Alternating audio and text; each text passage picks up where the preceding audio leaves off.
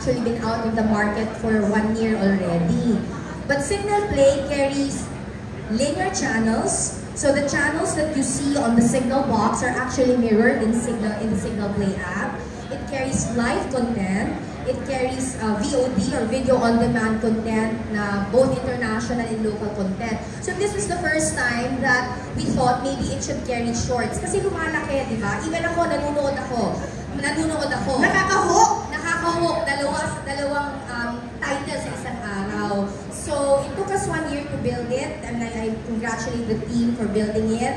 And ang commitment lang namin is that this is more than short videos.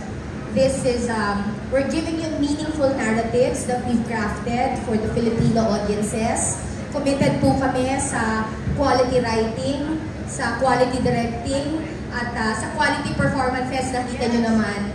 So I'm very proud of this first 5. We will be launching more actually in the next few months.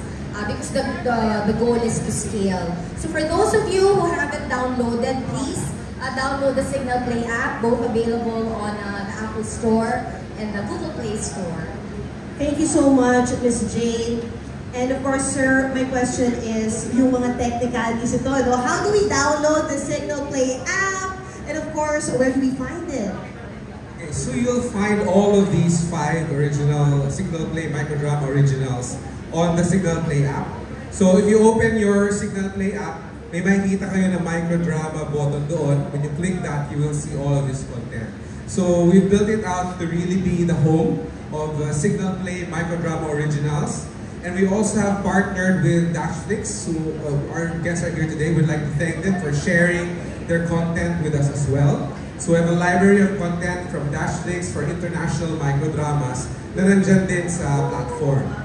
So, it's really built for mobile. Yung format mo is vertical. Each episode is 2 to 3 minutes.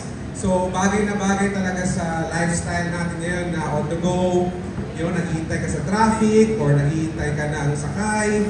Diba? So, tamang-tama po yan sa lifestyle ng mga Pinoy ngayon. And we really built it out that way. So, we're very grateful and thankful to the entire Signal team that worked hard on this product. As Jane said, it's a little over a year in the making.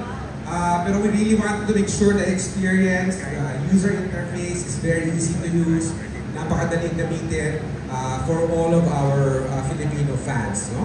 Ako, MJ, I'd like to acknowledge the content. Taral, iba po ang paggawa ng script ng microdrama, di ba? Bawat episode dapat may cliffhanger. So talagang pinaghihirapan, pinag-aaralan. So I'm sure even our actors and actresses really had to learn how to make it work for this particular format. So maraming salamat.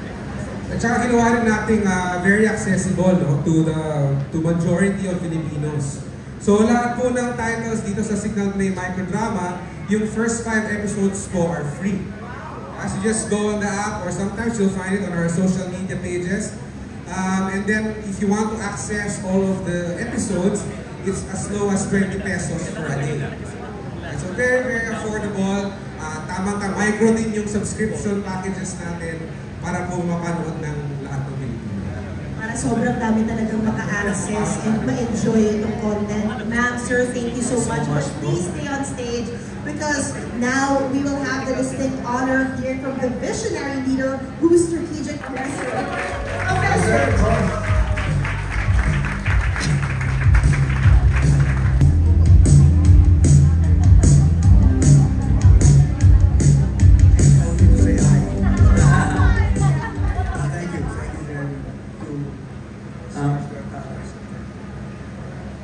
Such an honor to have the chairman of Media Quest holding here. So he's here for the photo op. Yes! Yes, and at this point, of course, may we ask everyone to get ready because this is the moment we're all gonna like